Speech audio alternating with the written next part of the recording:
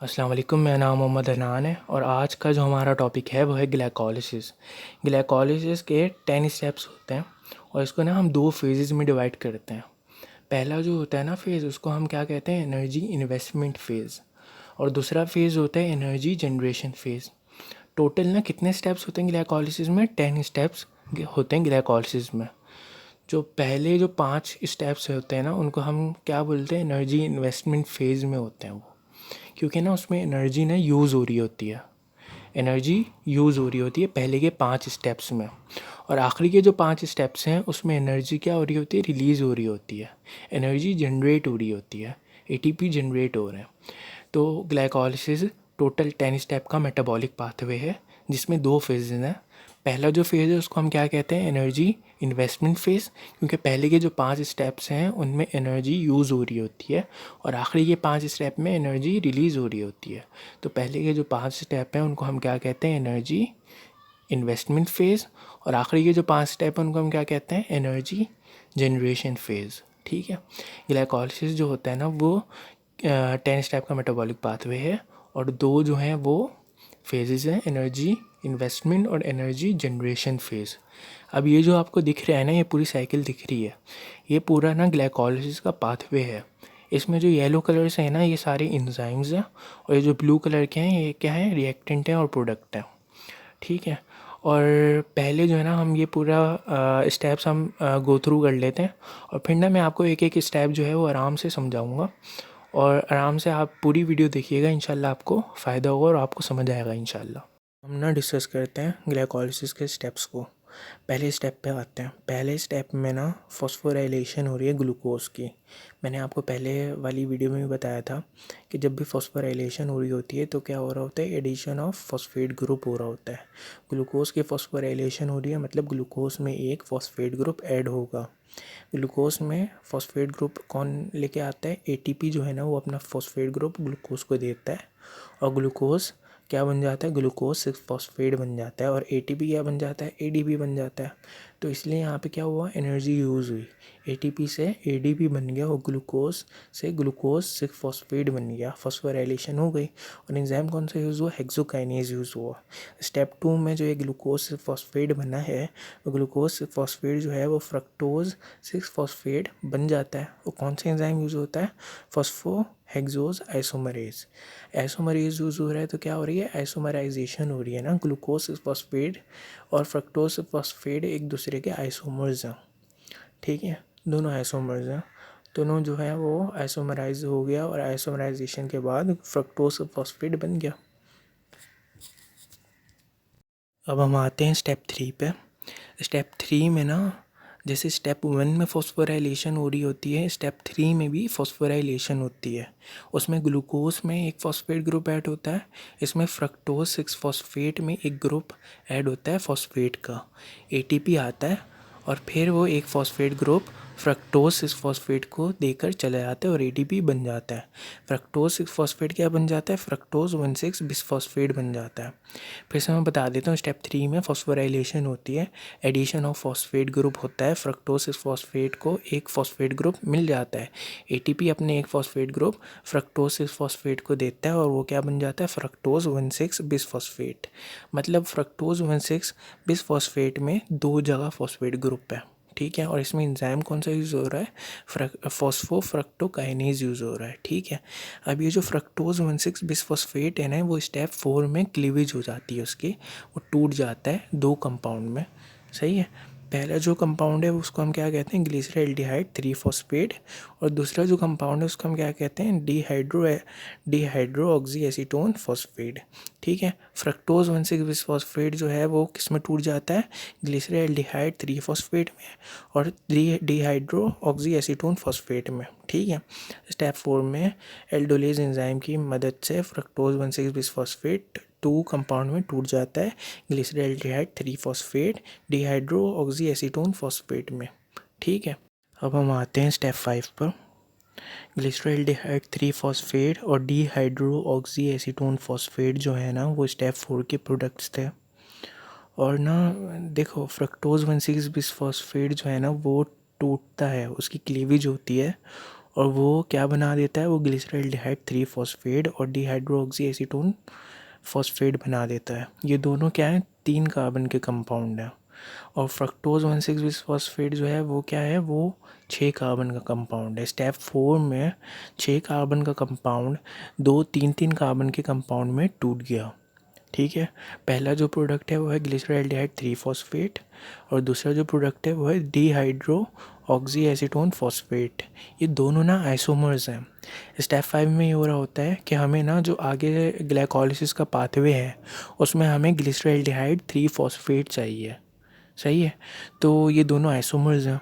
तो स्टेप 5 में आइसोमराइजेशन हो रही है और डिहाइड्रोक्सी एसीटोन फॉस्फेट जो बन रहा है ना वो हमें नहीं चाहिए, वो ग्लाइकोलिसिस के पाथवे में आगे हेल्प नहीं करेगा। हमें सिर्फ ग्लिसरॉल्डिहाइड 3 फॉस्फेट चाहिए। तो आइसोमराइजेशन होती है डिहाइड्रोक्सी एसीटोन फॉस्फेट की, वो ग्लिसरॉल्डिहाइड 3 फॉस्फेट बन जाता है। सही है, तो हमें दो जो कंपाउंड मिलते हैं वो ग्लिसरॉल्डिहाइड 3 फॉस्फेट के मिल जाते हैं स्टेप 5 में। और ये जो देखो ग्लूकोज जो होता है ना वो 6 कार्बन का एक कंपाउंड होता है। ग्लाइकोलिसिस के एंड में पायरुवेट जो होता है वो 2 कंपाउंड हमें मिलते हैं 3 3 कार्बन के। तो स्टेप 4 में जो क्लीवेज हुई है ना उसके बाद से 3 3 कार्बन के कंपाउंड जो हैं वो हमें मिल रहे होते हैं। पूरे जो साइकिल होती है ना पूरी पाथवे में हमें फिर इस वजह से हमें 2 पायरुवेट मिलते हैं 3 3 कार्बन कंपाउंड के। ठीक है, स्टेप 6 में ग्लिसरॉल्डिहाइड 3 फॉस्फेट की ऑक्सीडेटिव फॉस्फोराइलेशन होती है। फॉस्फोराइलेशन मतलब addition of phosphate group. Glyceraldehyde 3 phosphate में एडिशन ऑफ फॉस्फेट ग्रुप होता है और इनऑर्गेनिक फॉस्फेट जो है वो फॉस्फेट ग्रुप जो है वो प्रोवाइड करता है ग्लिसरॉल्डिहाइड 3 फॉस्फेट को और ग्लिसरॉल्डिहाइड 3 फॉस्फेट बन जाता है 1,3 बिसफॉस्फोग्लिसरेट। बिस जहाँ पे नाम आ जाए ना तो समझ लेना कि 2 फॉस्फेट ग्रुप ऐड हैं उस कंपाउंड में, 2 फॉस्फेट ग्रुप ऐड हैं जहाँ पे बिस करके नाम आ जाए। ठीक है, अच्छा वापस से बता रहा हूँ, जब स्टेप 6 होता है तो ग्लिसरॉल्डिहाइड 3 फॉस्फेट की फॉस्फोराइलेशन होती है और वो क्या बना लेता है, वो 1,3 बिसफॉस्फोग्लिसरेट बना देता है। और इनऑर्गेनिक फॉस्फेट जो है वो फॉस्फेट ग्रुप जो है वो दे रहा होता है ग्लिसरॉल्डिहाइड 3 फॉस्फेट को। और NADA पॉजिटिव जो है ना, NAD पॉजिटिव वो रिड्यूस्ड होके NADH बना देता है। और एंजाइम कौन सा यूज़ होता है, ग्लिसरॉल्डिहाइड फॉस्फेट डिहाइड्रोजिनेज। अब NAD पॉजिटिव जो है वो NADH क्या है, वो कोएंजाइम्स हैं। वो मैं अलग से वीडियो आपको बना के आपको समझाऊंगा कि कोएंजाइम्स क्या होते हैं। अब हम आते हैं स्टेप 7 पे। स्टेप 7 में ना ATP जनरेट हो रहा होता है, ATP हमें मिल रहा होता है, एनर्जी हमें मिल रही होती है। 1,3 बिसफॉस्फोग्लिसरेट है ना, वो क्या बन जाता है, वो 3 फॉस्फोग्लिसरेट बन जाता है। उसमें से 1,3 बिसफॉस्फोग्लिसरेट में से ना एक ATP जो है वो ADP के पास चला जाता है और ADP जो है वो ATP बन जाता है। ठीक है, फॉस्फोग्लिसरेट काइनेज एंजाइम इस स्टेप में यूज़ होता है। और वापस से समझा रहा हूँ कि स्टेप 7 में ATP जो होता है वो जनरेट होता है और 1,3 बिसफॉस्फोग्लिसरेट में 2 फॉस्फेट ग्रुप होते हैं ना, तो वो एक फॉस्फेट ग्रुप ADP को दे देता है और ADP क्या बन जाता है, ATP बन जाता है। ATP जनरेट हो गई, ऐसे ATP हमें मिल गई। और जब एक फॉस्फेट ग्रुप चला गया तो बचा गया 3 फॉस्फोग्लिसरेट। एक फॉस्फेट ग्रुप जो है वो बचा 3 फॉस्फोग्लिसरेट में। फॉस्फोग्लिसरेट काइनेज एंजाइम इस स्टेप में यूज़ होता है। स्टेप 8 में ना 3 फॉस्फोग्लिसरेट जो है वो 2 फॉस्फोग्लिसरेट में कन्वर्ट हो जाता है और इसमें ना ये दोनों ना आइसोमर्स हैं, ये आइसोमराइजेशन हो रही है। स्टेप 8 में आइसोमराइजेशन होती है और 3 फॉस्फोग्लिसरेट जो है वो 2 फॉस्फोग्लिसरेट बन जाता है। और इसमें एंजाइम कौन सा यूज़ होता है, फॉस्फोग्लिसरेट म्यूटेज एंजाइम जो है वो यूज़ होता है। स्टेप 7 में 1,3 बिसफॉस्फोग्लिसरेट जो होता है वो कन्वर्ट हो जाता है 3 फॉस्फोग्लिसरेट में। स्टेप 8 में 3 फॉस्फोग्लिसरेट जो है वो कन्वर्ट हो जाता है 2 फॉस्फोग्लिसरेट में। स्टेप 7 में जो है वो फॉस्फेट ग्रुप जो है वो ATP बना देता है और स्टेप 8 में बस आइसोमराइजेशन हो रही है। अब आते हैं हम स्टेप 9 में क्या हो रहा है। ग्लाइकोलिसिस के स्टेप 9 में डिहाइड्रेशन हो रही होती है। 2 फॉस्फोग्लिसरेट में से वाटर की रिमूवल होती है और वो क्या बन जाता है, फॉस्फोइनोल पायरुवेट बन जाता है। और इसमें कौन सा एंजाइम यूज़ होता है? इनोलेज। एक एंजाइम होता है जिसका नाम है इनोलेज, वो स्टेप 9 में इन्वॉल्व होता है और 2 फॉस्फोग्लिसरेट में से एक वाटर की रिमूवल हो जाती है और वो क्या बन जाता है? फॉस्फोइनोल पायरुवेट बन जाता है। और स्टेप 10 जो है ना वो एक एनर्जी जनरेटिंग स्टेप है। स्टेप 7 भी एनर्जी जनरेटिंग स्टेप था और स्टेप 10 भी एनर्जी जनरेटिंग स्टेप है। स्टेप 10 में क्या होता है? स्टेप 10 में फॉस्फोइनोल पायरुवेट जो है वो पायरुवेट बन जाता है, हमें पायरुवेट यहाँ पे मिलता है स्टेप 10 में आके। और इसमें कौन सा एंजाइम यूज़ होता है? इसमें पायरुवेट काइनेज एंजाइम यूज़ होता है। ठीक है, फॉस्फोइनोल पायरुवेट में से एक फॉस्फेट ग्रुप निकल जाता है और पायरुवेट बना देता है। फॉस्फोइनोल पायरुवेट में से फॉस्फेट ग्रुप कौन लेके जाता है? एडीपी लेके जाता है और एडीपी जो है वो एटीपी बन जाता है और फिर क्या बन जाता है? हमारा जो प्रोडक्ट है पायरुवेट बन जाता है। ठीक है, इस पेज पे ना पूरी समरी लिखी हुई है ग्लाइकोलिसिस की, एक एक स्टेप इसमें लिखा हुआ है और ये जो येलो वाले ये एंजाइम्स लिखे हुए हैं। अब मैं आपको एक दफ़ा ना पूरा ओवरव्यू दे देता हूँ ग्लाइकोलिसिस के स्टेप्स का।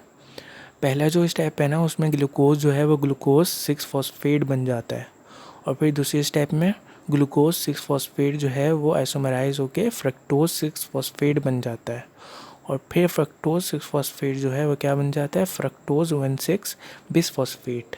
और फ्रक्टोज 1,6 बिस फॉस्फेट जो है ना उसकी क्लीवेज होती है और क्या बन जाता है?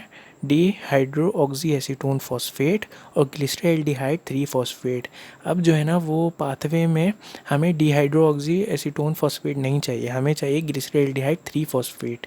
तो आइसोमराइजेशन होती है, डिहाइड्रो ऑक्सी एसीटोन फॉस्फेट जो है वो क्या बन जाता है? ग्लिसरॉल्डिहाइड 3 फॉस्फेट बन जाता है और ग्लिसरॉल्डिहाइड 3 फॉस्फेट जो है वो क्या बन जाता है? वो 1,3 बिस फॉस्फोग्लिसरेट बन जाता है। ठीक है, और फिर 7वें स्टेप में एटीपी प्रोड्यूस होता है और 1,3 बिस फॉस्फोग्लिसरेट जो है वो 3 फॉस्फोग्लिसरेट बन जाता है। फिर 3 फॉस्फोग्लिसरेट जो है वो 2 फॉस्फोग्लिसरेट बन जाता है, आइसोमराइजेशन होती है और फिर 2 फॉस्फोग्लिसरेट फॉस्फोइनोल पायरुवेट बन जाता है और फॉस्फोग्लिसरेट की ना डिहाइड्रेशन होती है और फॉस्फोइनोल पायरुवेट बन जाता है। और फिर जो है वो एक और एनर्जी जनरेटिंग स्टेप है स्टेप 10, उसमें फॉस्फोइनोल पायरुवेट जो है वो फिर पायरुवेट बन जाता है। तो ये था पूरे ना स्टेप्स थे ग्लाइकोलिसिस के। और ग्लाइकोलिसिस में 2 फेजेस होते हैं। पहला फेज़ होता है एनर्जी यूटिलाइजिंग फेज़ और दूसरा फेज़ होता है एनर्जी जनरेशन फेज़। होप आपको समझ आया हो। अगर समझ आया हो तो आप प्लीज़ लाइक करिएगा, सब्सक्राइब करिएगा। जज़ाकल्लाह।